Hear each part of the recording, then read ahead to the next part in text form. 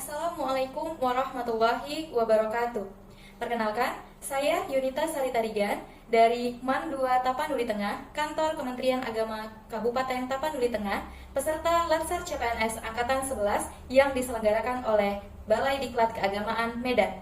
Di sini, saya akan memaparkan tugas individu Agenda 3 tentang manajemen ASN.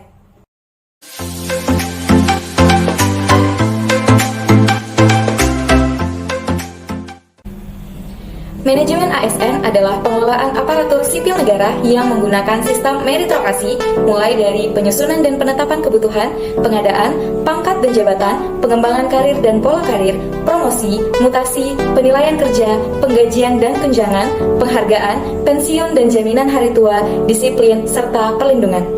Pada satuan kerja tempat saya bertugas, saya menemukan 3 isu. 1. Kurangnya penggunaan teknologi dalam sistem pengadministrasian di madrasah. Dalam dunia yang serba digital ini, satuan kerja saya masih menggunakan cara manual, seperti pengumpulan pemerangkat pembelajaran berupa hard copy atau kertas yang telah di-print.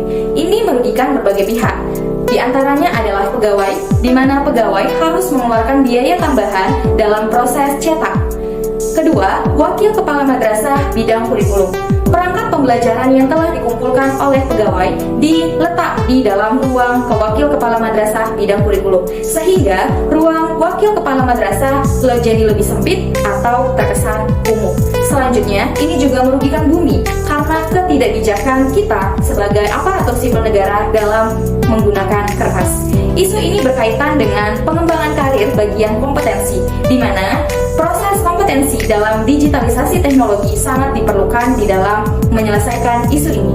Kedua, penyelewengan fungsi teknologi AI dalam proses pembelajaran. Isu ini merugikan siswa sebagai pelaku penyelewengan fungsi teknologi atau AI, karena penyelewengan fungsi AI dapat menyebabkan daya berpikir kritis siswa menurun dan menimbulkan rasa malas siswa dalam belajar. Isu ini berkaitan dengan pengembangan karir ASN, yaitu kompetensi yang harus dimiliki seorang guru dalam menyikapi isu tersebut. Ketiga, terdapat guru yang merokok di sekolah. Ini dapat merugikan berbagai hal, baik itu siswa atau warga madrasah lainnya, karena telah menghirup asap rokok tersebut. Seperti yang kita ketahui bahwa bahaya perokok pasif lebih tinggi dibandingkan perokok aktif. Madrasah juga dirugikan akan menimbulkan citra buruk bagi madrasah karena dianggap memiliki guru yang tidak profesional. Isu ini berkaitan dengan pengembangan karir, yaitu integritas dan profesional, di mana tidak bertanggung jawab atas amanah yang telah diberikan. Dari ketiga isu, saya memilih isu penyelewengan fungsi teknologi AI dalam proses pembelajaran.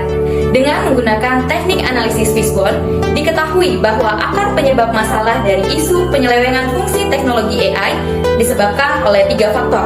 Yang pertama, dari faktor personal, yaitu siswa malas berpikir dan minimnya literasi siswa.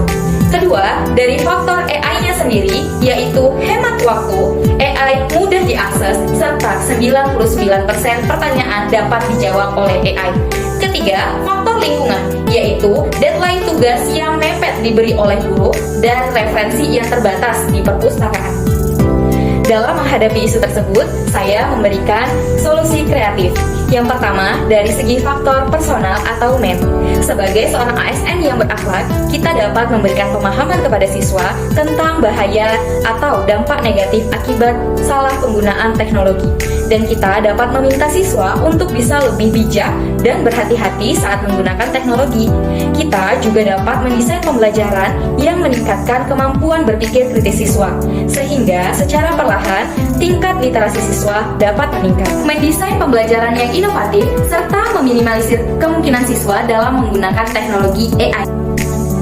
Ketiga, dari faktor lingkungan, kita dapat mempertimbangkan deadline pengumpulan tugas itu sendiri, sehingga siswa merasa diberi ruang untuk meningkatkan kemampuan berpikirnya. Demikianlah pemaparan saya terkait tentang isu yang ada di dalam manajemen ASN. Terima kasih atas perhatiannya, dan Assalamualaikum warahmatullahi wabarakatuh.